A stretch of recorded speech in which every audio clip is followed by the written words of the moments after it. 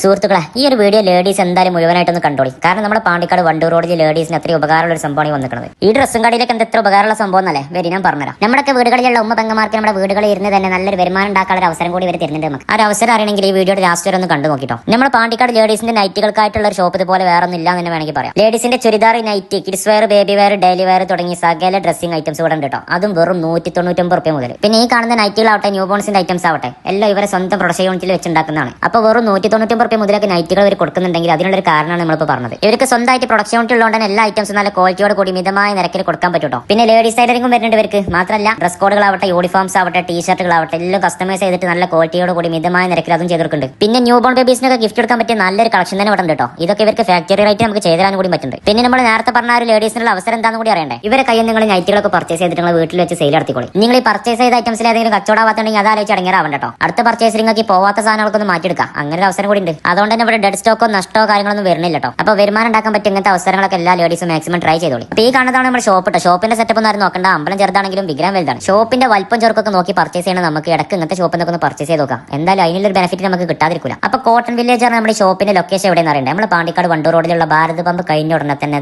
ഈ കാണുന്നതാണ് നമ്മുടെ ഷോപ്പ്.